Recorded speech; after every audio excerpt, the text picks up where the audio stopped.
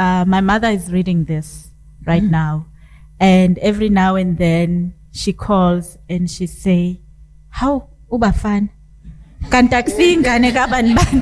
know, and she'll quote things here, and then we'll talk about it. We are the knowing generation. I would like to think that our parents don't know how to tell. You know, they won't necessarily, parents won't necessarily volunteer information unless you've asked for it. So I think if we can start not fearing them, but starting to open conversation, because sometimes I honestly think they don't know how. But if you were to find ways, because we are becoming more exposed to information, we're becoming more exposed to ways of communicating and communicating upwards.